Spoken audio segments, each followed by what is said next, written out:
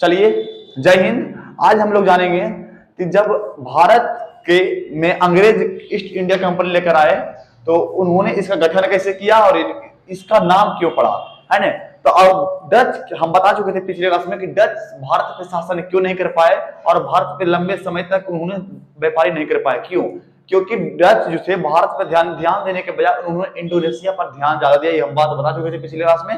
अब देखिए, जब भारत में जब डच बेच कर जा रहे थे सब कंपनी, तो उन्होंने अंग्रेजों को बेच दिया था और 1600 कंपनी में ईस्ट इंडिया कंपनी गठन हुआ था और 1605 में, जैसे 1605 में आके मतलब कुछ कुछ अंग्रेज लोग यहाँ कंपनी ले लिए थे, पुर्तगाल वाले डच का, ठीक है। तो 1600 कंपनी में मतलब इंग्लैंड में गठन हुआ ईस्ट इंडिया कंपनी का। और उस समय हमारे भारत में क्या था, अकबर का शासन था और ईस्ट इंडिया कंपनी का गठन हुआ, उस जगह का नाम था लंदन। लंदन में गठन हुआ था ना। आज एक शहर है टेम्स नदी किनारे बसा हुआ, आप लोग जानते हैं, है ना, लंदन टेम्स नदी किनारे बसा हुआ।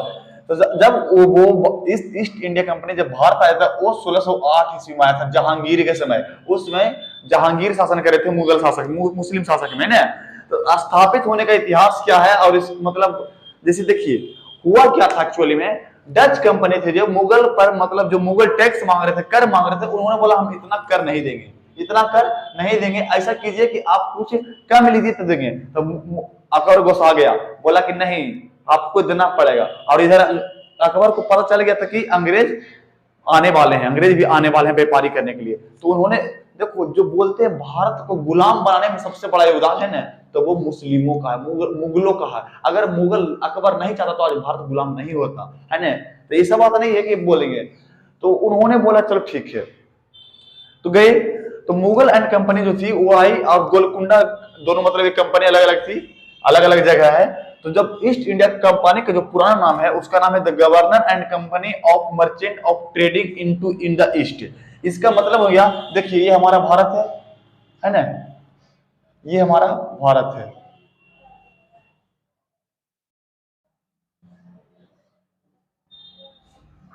ना, और इंग्लैंड इधर है, आप जानते हैं। तो इसके अनुसार ये क्या हो गया, ईस्ट, यानी कंपनी बोला गया कि the governor and company of merchant, यानी जितने भी गवर्नर यानी सरकारी है और कंपनी निजी है, वो जो किस क्षेत्र में, मर्चेंट के क्षेत्र में, यानी समुद्र से व्यापार करते हैं, तो वो किधर की ओर भागेंगे, ईस्ट के, यानी पूर्व से जितना भी व्यापार करेंगे इसके नाम पर दिया गया। और इसी का बाद में नाम पलट दिया गया east India company, east India company, है ना। तो ईस्ट इंडिया कंपनी जब डच बेच रहे थे तो उसमें बोला इसम कि हमारे पास पैसा कम है।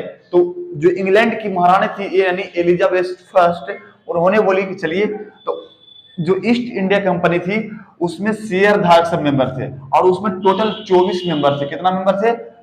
24 मेंबर थे। और उसमें शेयर के रूप में जो सबसे ज्यादा रुपया दी थी, मतलब थी के रूप में, पैसा के रूप में दी थी, तो वो थी एलिजाबेथ, एलिजाबेथ प्रथम, एलिजाबेथ प्रथम, है ना, प्रथम। उन्होंने ज्यादा दिया पैसा। उसके बाद 23 मेंबर गांव थे और उस कंपनी को मतलब लंदन में ही कॉपी रखा गया, कॉपी यानी कोर्ट ऑफ प्रोप्राइटर्स, यानी जितने भी मतलब आप हैं कि आप बाद में इनकी घटा हो या नुकसान या फायदा हो तो आप भाग जाइए। इस कारण इसका एक मतलब कागजात बही के रूप में प्रोप्राइटर्स हम उसे बोलते हैं कि अगर आप कोई भी चीज लीजिएगा तो उसको जो लिखा पढ़े कागज के रूप में है, प्रूफ के रूप में है, उसको बोलते हैं प्रोप्राइटर्स, है ना। बताएंगे सब जब पढ़ाएंगे। तो उन्होंने चलाने के लिए लिया और जब इन्होंने भेज दिया ईस्ट इंडिया कंपनी को भारत, तो चलाने के लिए सर्वोच्च अधिकारी गवर्नर को नियुक्त किया गया, जो वहां का गवर्नर होता है। तो सबसे पहले क्या हो गया, वो गवर्नर, फिर दूसरा डिप्टी गवर्नर और तीसरा 22 गो मेंबर यानी कर्मचारी। टोटल कितने लोग थे? 24 को थे। तो गवर्नर के रूप में कौन थी ईस्ट इंडिया कंपनी की? एलिजाबेथ, है ना। दूसरा को ना है। और डिप्टी गवर्नर में यानी जो इस 23 मेंबर में जो थे, है ना, और 22 को कर्मचारी के रूप में काम किए। कहाँ? इंडिया में आकर, कहाँ? इंडिया में। और जब उन्होंने इंडिया आया था ना, तो उस समय किसका शासन था? जहांगीर का। और जहांगीर आए तो बोला कि मतलब पुर्तगाल के लोग भी थे। तो ये आए तो सबसे पहले अपना जो पहला फैक्ट्री होता है वो सूरत में खोले थे। कहाँ खोले थे? सूरत में खोले थे। सूरत में खोले और सर्वप्रथम मतलब सूरत में उतरे या खोले भी वहीं। और सर्वप्रथम जो उस कंपनी के प्रतिनिधि के रूप में आया था, ईस्ट इंडिया कंपनी के प्रतिनिधि के रूप में आया था, वो कौन था? कैप्टन हॉकिंस थे। कौन थे? Captain Hawkins. तो बताओ कैप्टन हॉकिंस, कैप्टन हॉकिंस। ये क्या थे? ईस्ट इंडिया के प्रतिनिधि के रूप में आए थे। ईस्ट इंडिया के EI ईस्ट इंडिया कंपनी के क्या थे? प्रतिनिधि के रूप में थे। देख रेख करने के लिए आए थे। कहां से? इंग्लैंड से, लंदन से इनको भेजा गया था कैप्टन हॉकिंस को, और बोला था कि आप जाइए ऐसे कीजिए, देखिएगा। तो उन्होंने बोला, और पुर्तगाल के दबाव में आकर उन्होंने क्या किया, जो औरंगजेब थे उन्होंने कहा दे दिया, गोलकुंडा में, गोलकुंडा एक जगह है मुसलीपट्टनम में जो आंध्र प्रदेश में है, वहां पर ईस्ट इंडिया कंपनी की स्थापना हुई और चलाने दी गई। और उसकी स्थापना कब हुई थी? सूरत में फैक्ट्री, यानी 1611 ईस्वी में। 1611 ईस्वी में। कोई दिक्कत? 1611 ईस्वी में। और फिर 1613 ईस्वी में जो थी, 1613 ईस्वी में दूसरी फैक्ट्री स्थापना हुई। यही कंपनी जगह खोजते खोजते इसका एक छोटा सा ब्रांच हुआ, और जो बड़ा ब्रांच था उसने जहांगीर दे दिया। कहां? सूरत में आके।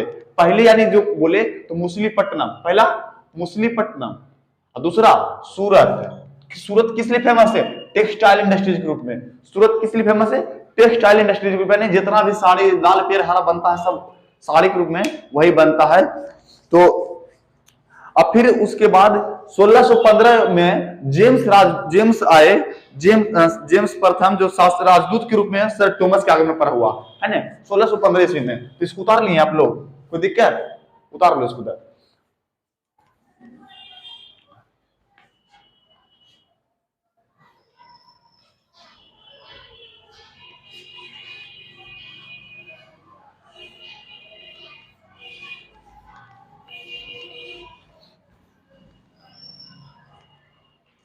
दूसरा है तो 1615 में इंग्लैंड के शासक जेम्स प्रथम ने 1615 में जेम्स प्रथम राजदूत के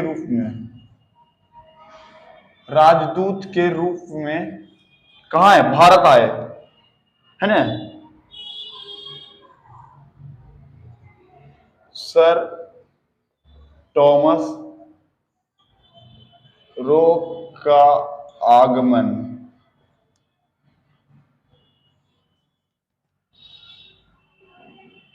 भारत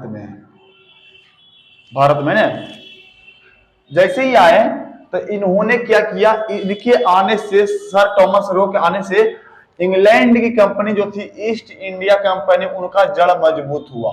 क्या हुआ? जड़ मजबूत हुआ, वो बहुत मजबूत हुए, है ना। और उसके बाद धीरे धीरे उन्होंने बंगाल सब जगह, उड़ीसा, बालासोर यानी पटना हो गया, सब जगह पाम पसारना शुरू किया। इनके आने पर यानी सबसे पहले कौन है? स्टीफन हॉकिंस, दूसरा सर टॉमस रो।